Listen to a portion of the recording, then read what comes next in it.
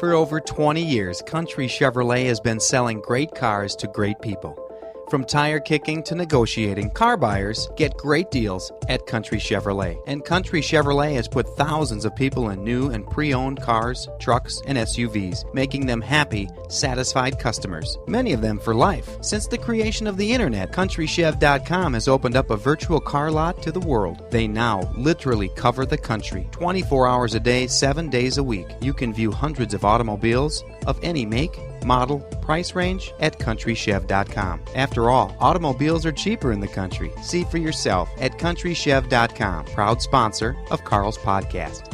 Well, welcome to the podcast live from the CountryChev.com studios, and today I'm very excited to have with us pet therapist by the name of Bly Spencer.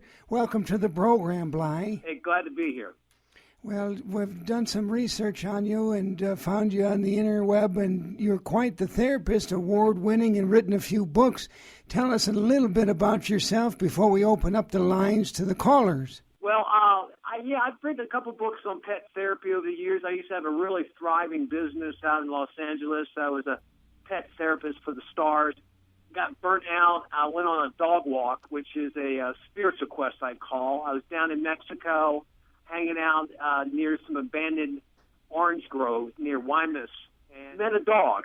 And this dog it was a mix. I think it was probably a little bit of a Charles Spaniel with a Bull Terrier, maybe a little bit collie thrown in on the side. And it just came to me after this dog was sick and just in bad shape. And we spent several weeks together sleeping in the orange grove.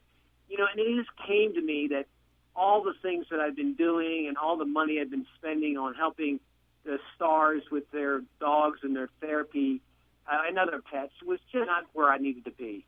And so I rededicated my life back to helping as many people as I can. I dropped all my clients in Los Angeles, and now I'm back, and I'm rejuvenated, and I'm here to help people with their pets. That's wonderful. It sounds like yourself takes a lot of pride in what you do and how you speak with the animals, and takes a lot out of you, apparently.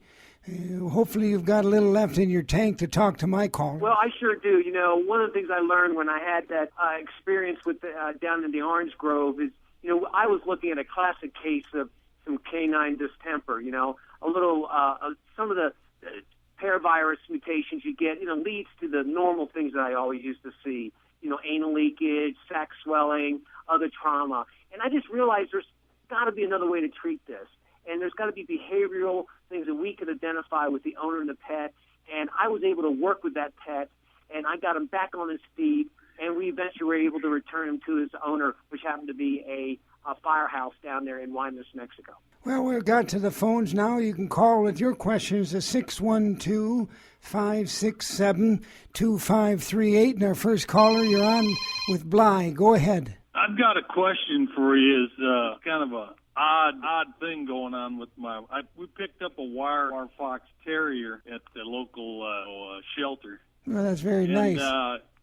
His name's Cooper. He's a good dog, but does a strange thing when bearded men walk in the room. He'll start chasing his tail. Of course, the wire hair, they don't have much of a tail, but he goes ahead and chases that tail. He'll spin like a top for hours, and we've had some parties with neighbors and whatnot, and the bearded men seem to really turn him into something that I didn't, really expect. And yeah. I don't know, should I be putting this dog down, or should I just maybe go back to that shelter? Well, I can help you out. First of all, that type of terrier has probably got a little bit mix of a toy fox terrier with a Welsh terrier in them. And it's not uncommon at all to have that self-mutilation syndrome. It's really stereotypical of that species. And what I have found is that over the years, that self-mutilation of eating the tail and maybe chewing on their own toes and feet, my conclusion is